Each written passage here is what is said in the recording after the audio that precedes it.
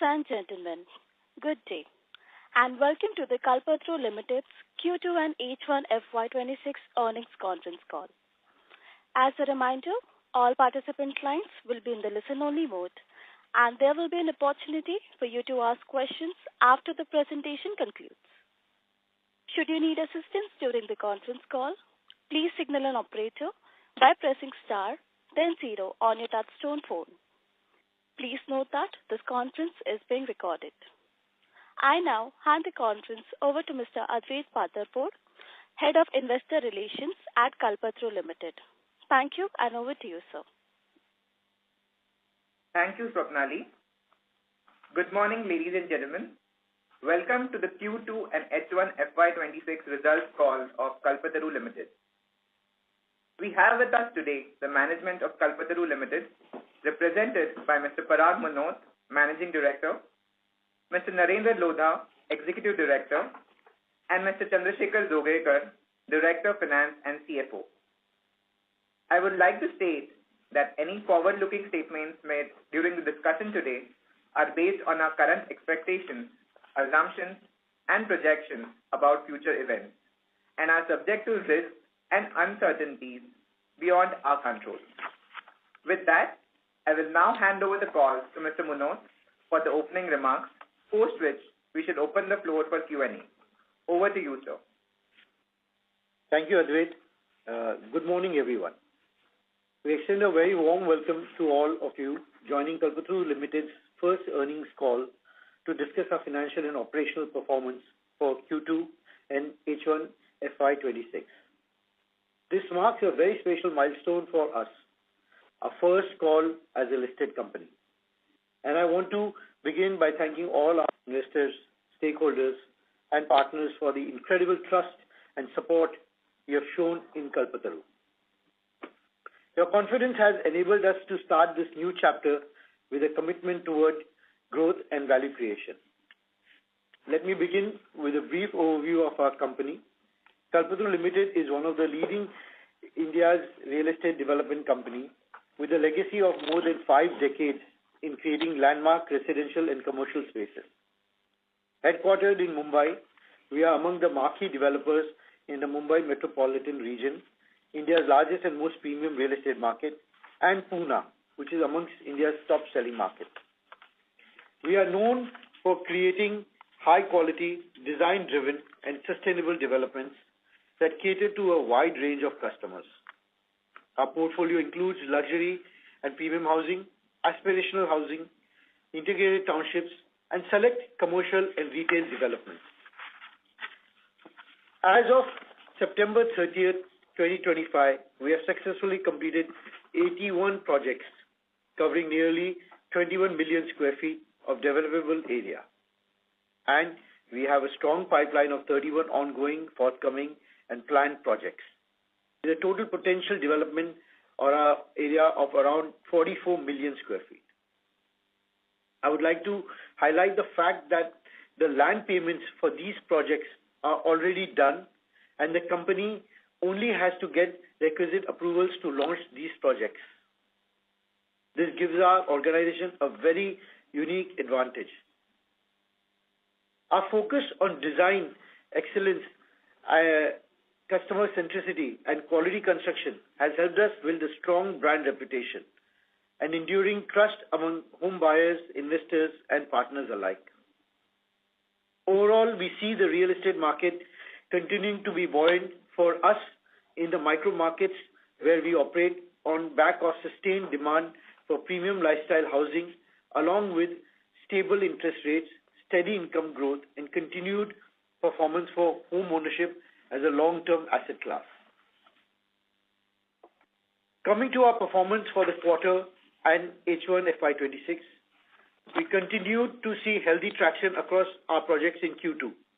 In Q2 FY26, we achieved pre-sales of 1,329 crores, representing a 19% growth year-on-year, and collections of 1,162 crores, marking a 37% increase over the same period last year.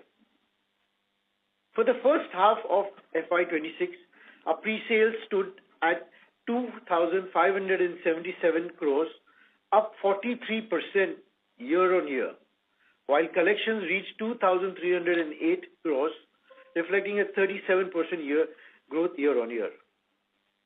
This consistent performance across both quarters reflects a combination of a strong market sentiment and underlying strength of our brand, the quality of our portfolio, and our execution focus.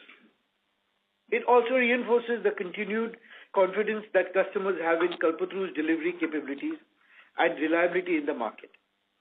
With this performance in H1 FY26, we are confident of achieving our full year guidance. Now let me share key project updates. During Q2 FY26, we launched our largest offering at Kalpataru Park City so far, namely Kalpataru Estella. It is spread across 12 acres and comprises 8 towers, featuring a 6-acre podium with nearly 74% open space and a 76,000 square feet clubhouse. We launched Towers A and B in July, comprising approximately 900,000 square feet. Thane today stands as a major beneficiary of several transformative infrastructure projects, including Metro Lines 4 and 5, the Thane-Borivali Twin Tunnel, the Mumbai-Ahmedabad High-Speed Rail, water taxi services, and extensive highway upgrades. At the heart of this growth lies Kolshet, and with Kalpataru Park City at its crown jewel, the largest planned township in the area, we will surely gain from this. Designed with a wide tree-lined avenues, vibrant high street retail, anchored by iconic 25-acre Namo Grand Central Park, it offers a unique urban experience. Every weekend, the park attracts 15 to 20,000 visitors, giving them a first-hand glimpse of the lifestyle Kalpataru Park City embodies. With its relative affordability compared to Mumbai and the steady progress of these infrastructure developments, both Thane and Kalpataru Park City are poised for remarkable growth in the years ahead. We also launched a new tower at our existing project Shishti Namah in Meera Road. This project is a premium township spread over 9.36 acres, offering 2, 3 and 4 BHK residences with expansive open spaces, generous decks and over 40 lifestyle amenities, including a large clubhouse, landscape garden, high street retail and wellness-oriented leisure zones. With the excellent connectivity and growing suburban ecosystem, Shishti Namah combines lifestyle, convenience and value for home buyers in this high-potential micro-market. Launch code Kalpataru 1 at Worli, our flagship luxury project, has had a great response and we have well surpassed our H1 sales target. Kalpataru 1 is a one-of-a-kind development spread over 5 acres of prime land in the heart of Worli. We had planned this to be an exclusive, low-density community of 4-bedroom and 5-bedroom development, which will have only 248 units across 3 residential towers with apartment sizes ranging from 3,500 square feet to 4,800 square feet. There are only 2 apartments per floor, offering the customer great amount of flexibility. The project will have over 3 acres of green spaces spread across levels and 5 levels of best-in-class amenities. The encouraging customer demand and acceptance of this project strengthens our confidence in meeting our future pre-sales projections. Looking ahead in financial year 26, we plan to bring to market our new project in Lokhandwala, Andheri. We will also be launching few new tower phases in our existing projects like Eternia in Thane and Arya in Karjat.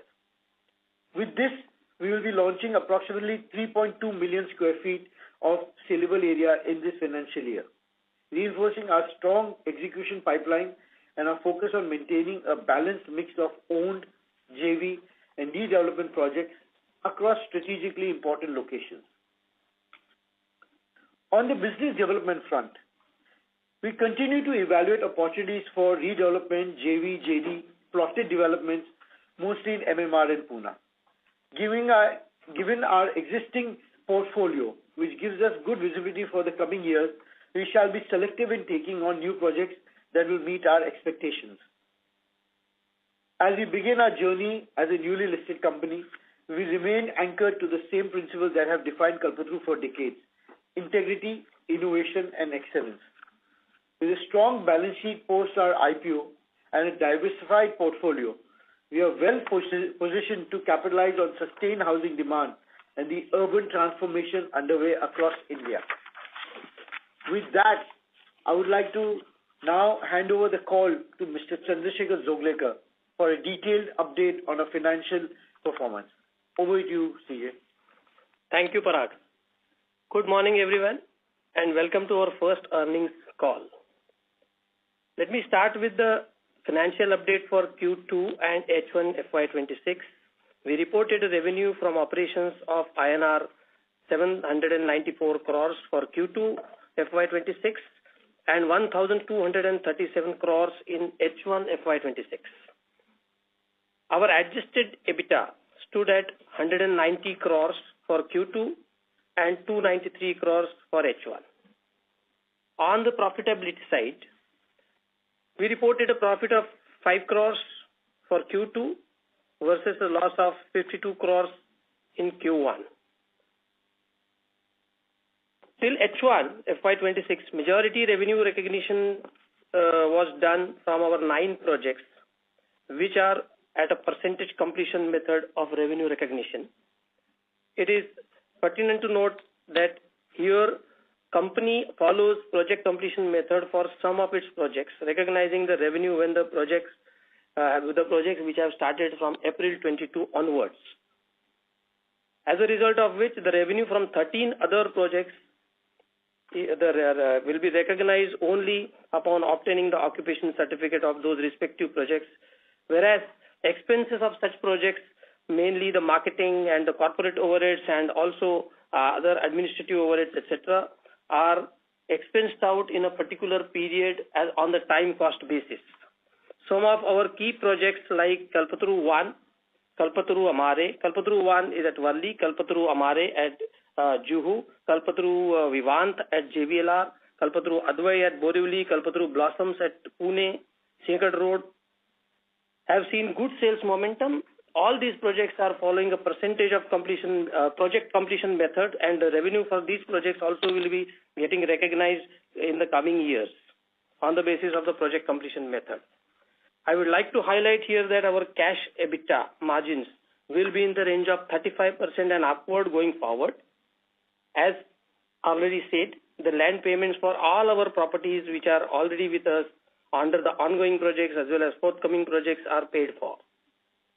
As of 30th September 2025, our gross debt stood at 8,928 crores, while cash and cash equivalents were at 903 crores, resulting the net debt of 8,025 crores.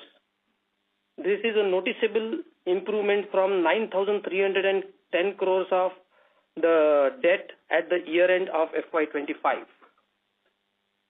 This has helped us to show a sharp improvement in our net debt equity ratio, which now stands at around 2 times compared to 3.8 times as of March 25. This consistent deleveraging trend underscores our strong cash generation, disciplined capital allocation, and continued focus on maintaining a healthy financial profile. We expect this metric to further improve in the times to come, mainly from the organically generated cash flows from the projects which are ongoing. With a strong balance sheet and consistent cash flow generation, we are also actively evaluating refinancing options to further optimize on our finance cost. This initiative is aimed at improving our overall capital efficiency and supporting long-term profitability as we scale up our operations. For FY26, we are maintaining a strong growth outlook backed by healthy demand visibility and execution momentum. We have guided for a pre-sales of around 7,000 crores, representing around 55% increase year on year as compared to FY25. And also we have guided for the collection of 5,700 crores, which would be around 56% year on year growth.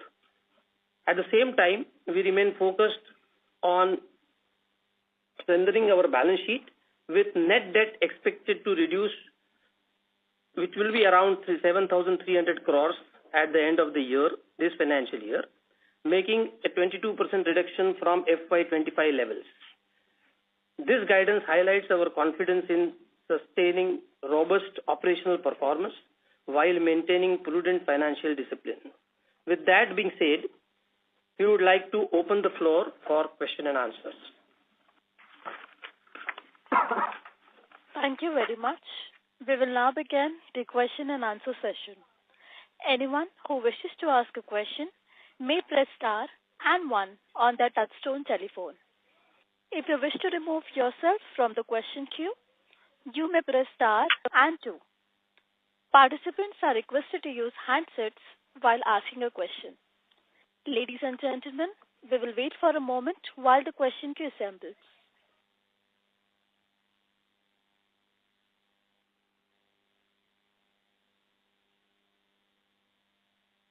The first question is from the line of Akash Gupta from Nomura. Please go ahead.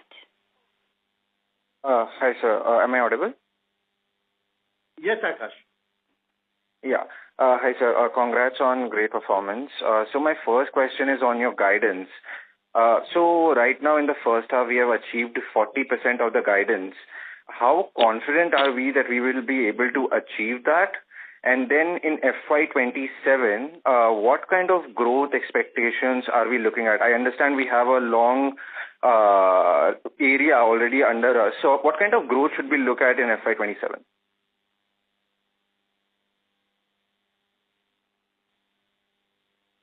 Okay, so Akash, typically for a real estate sector, in the first half of the year, any financial year, the guidance for the whole year is achieved to the extent of around between 35 to 40%, primarily due to the period of this April to September in which the festive seasons, etc., come in the second half of the year, actually.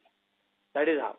Number two, the launches which we have launched in the Q2, especially at the end of the Q2, they start taking off from the sales and the performance, the pre-sales point of view, in a third quarter and fourth quarter. Number three, we have also one launch to come up, which is Rishikesh. That is at Lokhandwala. All these things will total up to the achievement of the guidance which is given to the market. Okay. So far as FY27 is concerned, FY27 growth momentum is concerned, it will continue on the same lines of FY26. Okay, so in FY27, should we expect like a 20% kind of growth? Not necessary, but it would be around that. Okay, got it.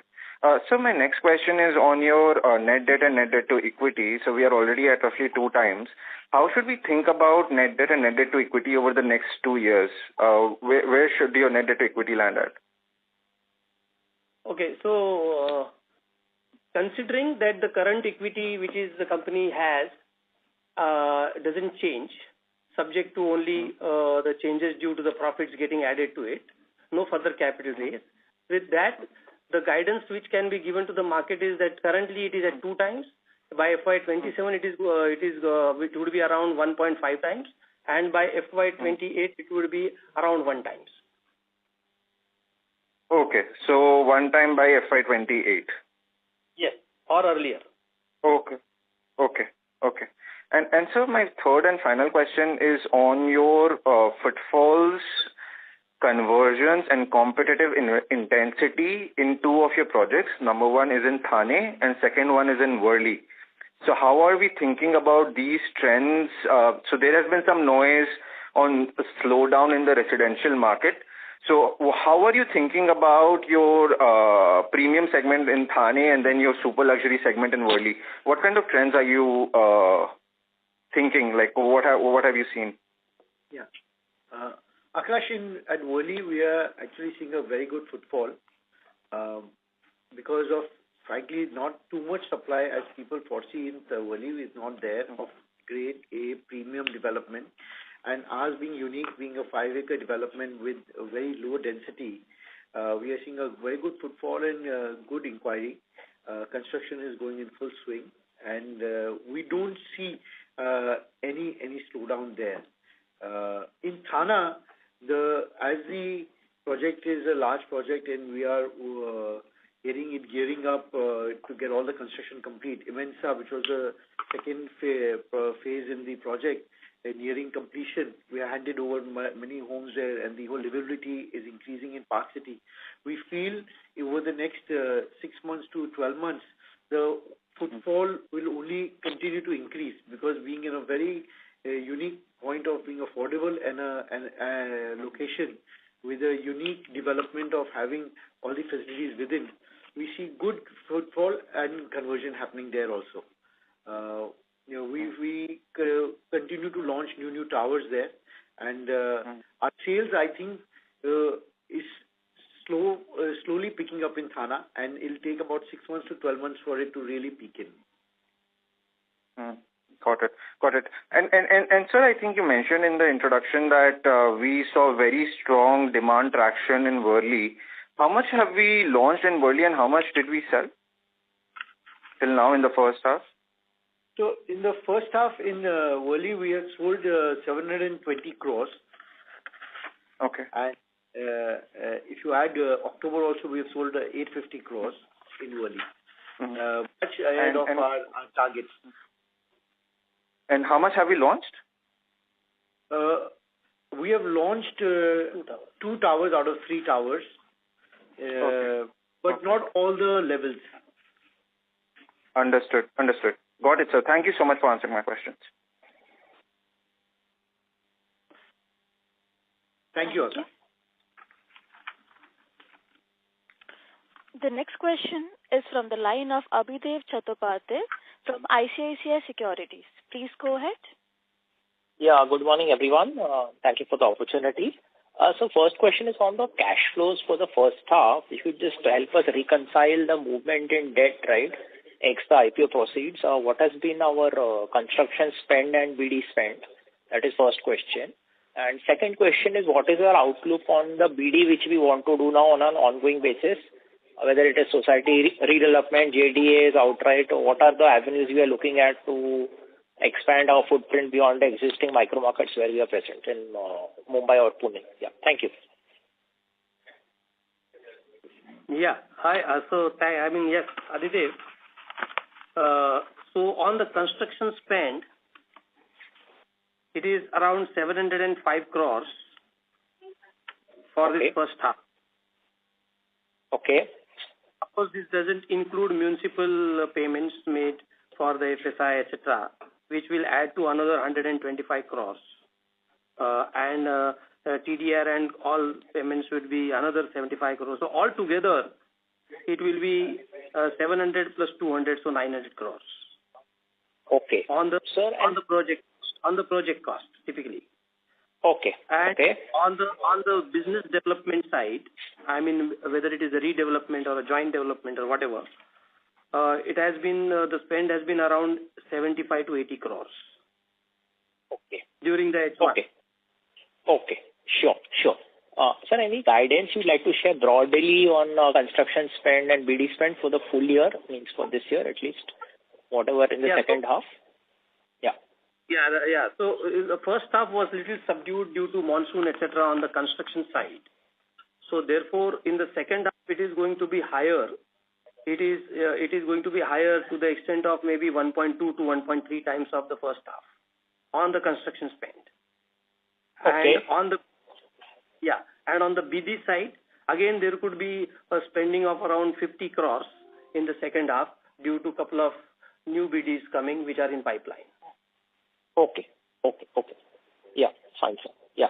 Sir, and just a thing on the overall our BD strategy now, thinking from more medium-term perspective, how are we looking in terms of GDV, any GDV additions which we want to do outside the existing projects which we have? Yeah. Yes.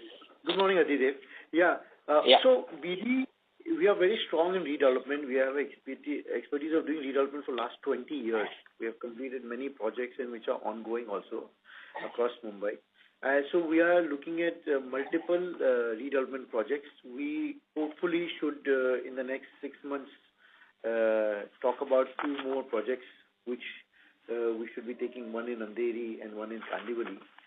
We'll discuss, and others are also under discussion. So once we get that done, plus our expertise in plotting, because our 2 plotting developments are going on. We know that, so and plotting has done also well.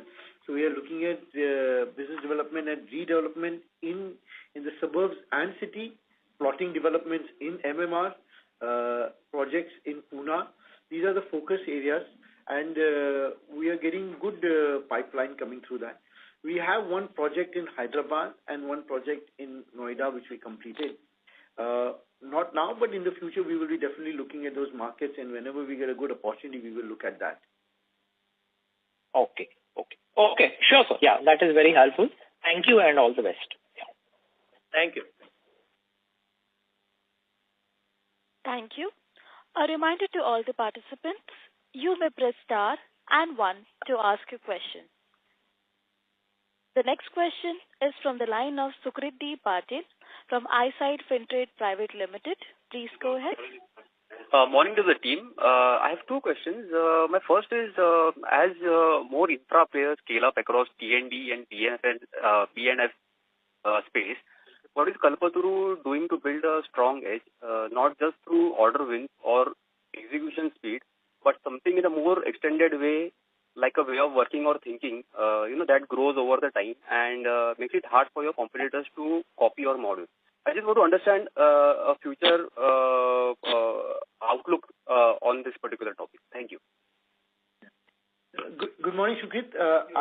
This is the investor call for Kalpataru Real Estate, and your questions are for transition development and for building factory EPC business, which is the KPI, Kalpataru project. That investor call has already been completed. But I can give your details to my investor relationships of KPI, and they'll get in touch with you. Okay, fine. Thank you. Thanks.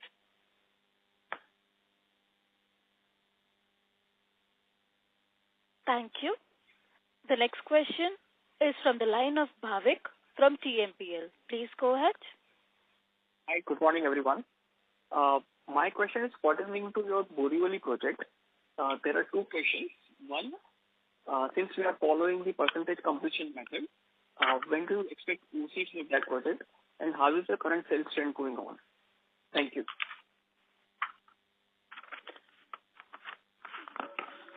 So, hi, Bhavik. So, Borivali project is Kalpataru Advai. So, the OC for this project is expected in, it will be in, the project is divided into multiple buildings. 3 towers. So, it will be from now 2 years later and 3 years later. FY28 and FY29, precisely. FY28 and 29. 3 towers, so all of them would have a different OC timelines. Yes. I think the difference would be about 6 months only. 6 months gap. They all have started, and we have sold more than 60% of the launched one. Of the launched, 60 to 65% of the launch. There has been good traction. Yeah, we are only on the 7th, 8th slab on there. So we have got a good traction happening there. So I guess the traction was very high when the project got launched. Then are we seeing a slowdown in the sales there, or that's how you had estimated to sales to ramp up? Our sales actually are good now also. The sustained sale, what we had targeted, we have achieved that. Okay. And just clarifying the OC part, so the outer one, timeline is FY29, which we are referring, right? For probably the largest tower B. Yes, correct. Okay.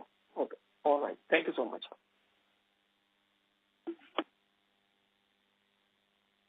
Thank you. A reminder to all the participants, you may press star and 1 to ask a question. The next question is from the line of Sumit Kumar from JM Financial Institutional Securities. Please go ahead. Hi, good morning and thanks for the opportunity. My first question is on the pre-sales performance. If you could give us what has been the contribution of the Thane project in pre-sales?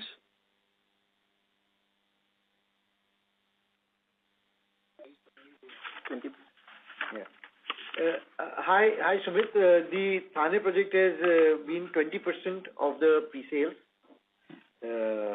For 1H or 2Q, sir? H1. H1, okay. And on the launch pipeline and the ready inventory, I could see there is about 24,000 crores of forthcoming and planned. So all of this has been launched, or a part of it will be launched going ahead? So 24,000, which is forthcoming and planned, will be launched over a period of next few years. Some of them will be launched in the next 6 months, which is this forthcoming comes the Andheri project and the 2 towers in Eternia, which we are going to launch in Thana, and the Arya project. Okay. So this is overall basically the launch pipeline that you have for the next 2 years? Launch pipeline for next 3.5 years. Okay. And sir, one last question. There has been a slight increase in debt sequentially. So any reason that you could point out? A slight increase in the debt, you say? Yes, sequentially quarter on quarter from June to September. Okay. So basically the new projects are getting launched and a lot of execution push has been there in this quarter, between quarter 1 and quarter 2 actually. And therefore the debt to the extent of the working capital, the construction finance has gone up. At the same time, there has been a repayment on the debt also. So whatever is the increase is quite marginal, frankly. However, yes, that is on account of the money spent on the execution in the projects.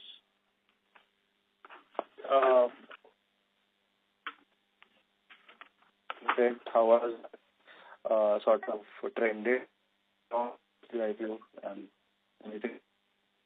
Sorry, you are not audible, Sumit. Any guidance on the of debt? How was that trended, IPO? Guidance on the debt for the year end, you say? Cost of debt, interest cost of debt, the interest rate. Okay, yeah. So in fact, good.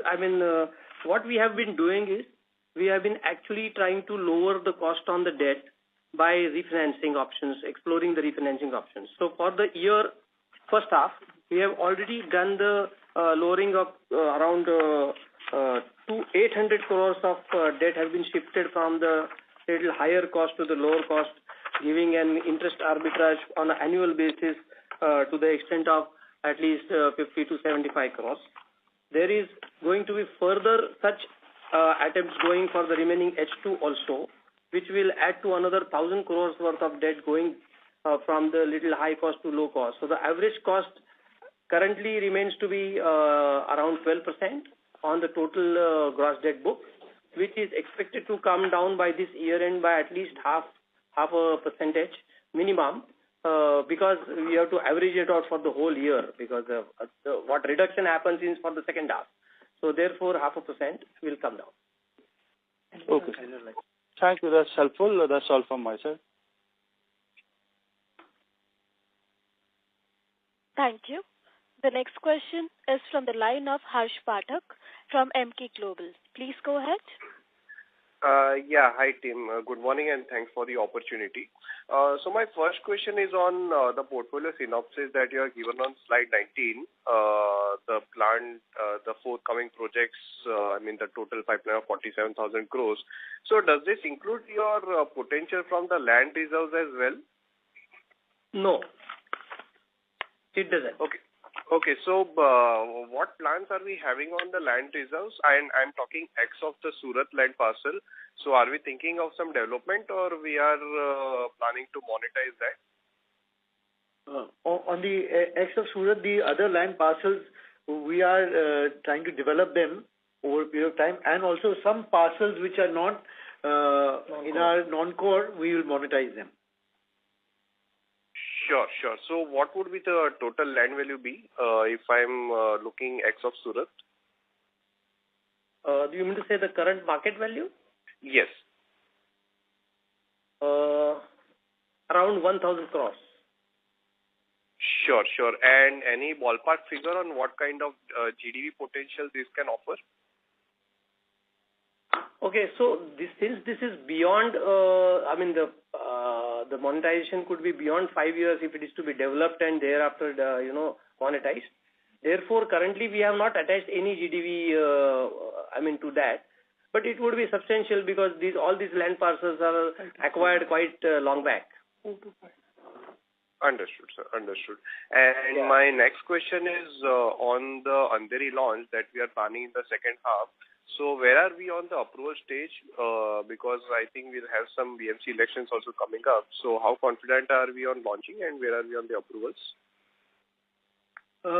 We have received the IOD for the project. We are getting 1 or 2 approvals, and maybe in the next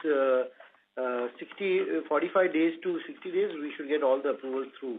And we don't foresee the BMC election to be an issue. Okay. Sure, sir. That's it from my side. Thanks a lot for taking my questions. Thank you. Thank you. The next question is from the line of Nirav Vasa from GC Holdings. Please go ahead.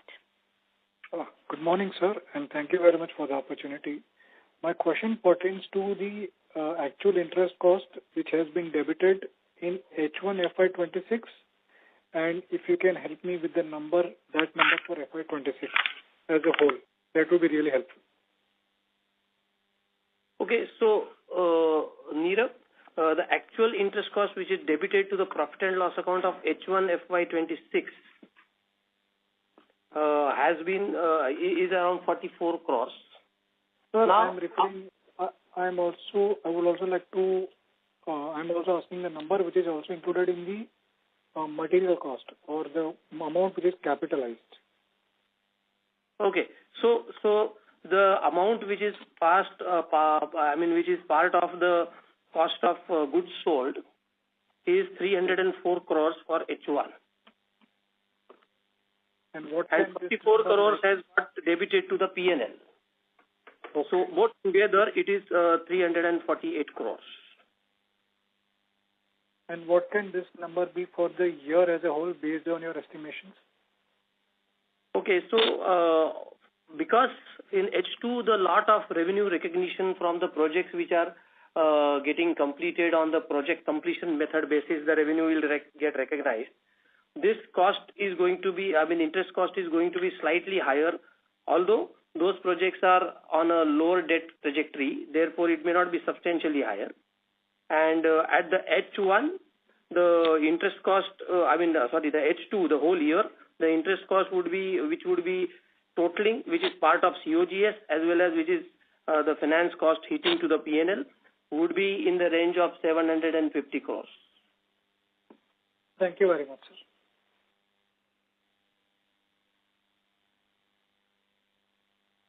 Thank you. The next question is from the line of Akash Gupta from Nomura. Please go ahead.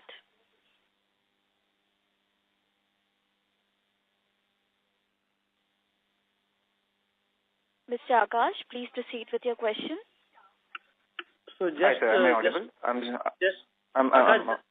Akash, just a sec. Yeah. Just to clarify on the earlier question, what was meant was that 7 to 750 crores will be the total cost of interest into the COGS plus cost of goods sold plus the interest hitting to P&L for the whole year. Just for the benefit of the earlier questionnaire. Got it, sir. Go ahead. Sir, thank you. Yeah, thank you for taking up my follow-up question. So I just wanted to understand the status of deliveries for 3 projects, Kalpataru Magnus, Imenza in Park City, and Kalpataru Radiance. Where are we on these 3 projects? And second is that I think we reported adjusted EBITDA margins of roughly 24%, and we are expecting a lot of deliveries in FY26 and FY27. So how should we think about the scale-up in the adjusted EBITDA margins going forward?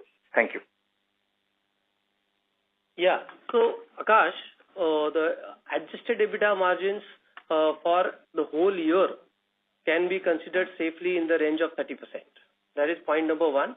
Considering the projects which are going to get recognized for their revenue on the project completion basis, typically the project at JVLR, which is Kalpataru Vivant, where we are planning 6 towers to recognize the revenue in Q3 and Q4 both together, or H2 I mean. And there are other projects also which will be having a higher, very high project the EBITDA margins, namely Kalpataru Vivant is what just now I said, Vienta at Kandivali, Oceana at Prabhadevi. So all these projects will be, the revenue of those will be hitting to the profit and loss account and the EBITDA both.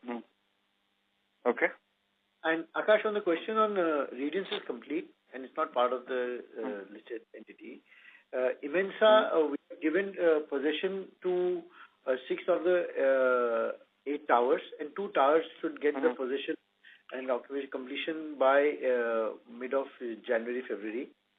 And Magnus also, we have given occupation of 2 towers, and the 3rd tower should happen by December, Jan. Okay, got it, sir. Thank you so much. Thank you. The next question is from the line of Varun Julasaria from 360 ONE Capital. Please go ahead. Yeah, hi. Thank you for the opportunity. Just wanted to check what is the kind of free cash flow that we can expect for this year and next year, and any, like you mentioned about reducing the net debt to equity, but I just wanted to understand the plans for reducing the gross debt as well. Yeah, Varun.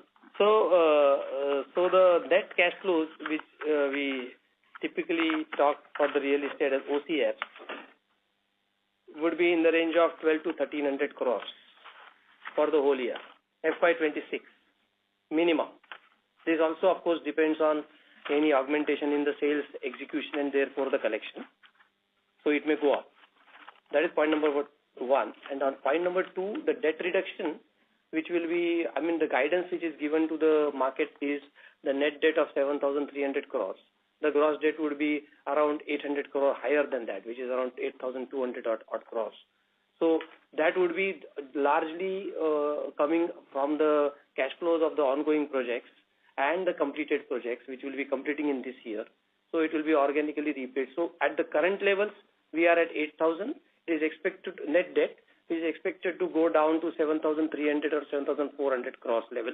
So another 400 to 500 crores of reduction is coming organically from the cash flows.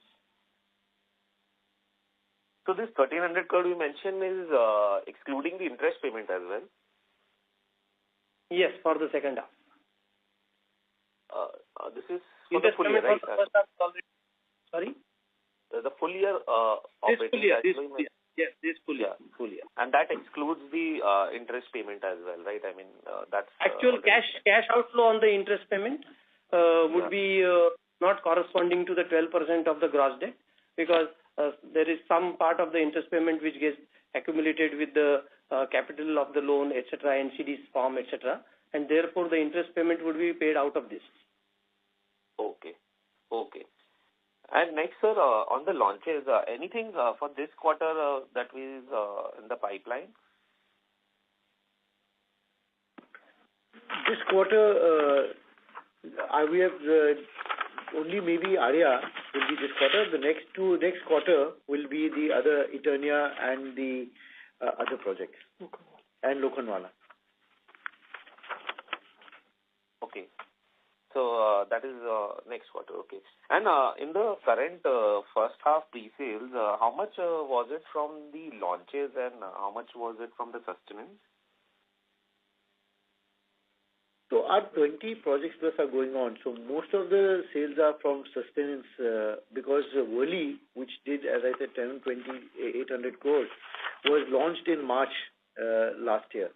So March 25. So it then typically goes into the sustenance model. So in the first half, we had launched different towers as well as in the existing projects, and also Estella, which is Park City. The total square footage and the total sales which is arrived from that because these were launched only in the second quarter, so around 200 crores resale value. Okay. And rest from the first line. Okay. Yes. Yeah. Thank you. That's it from my side.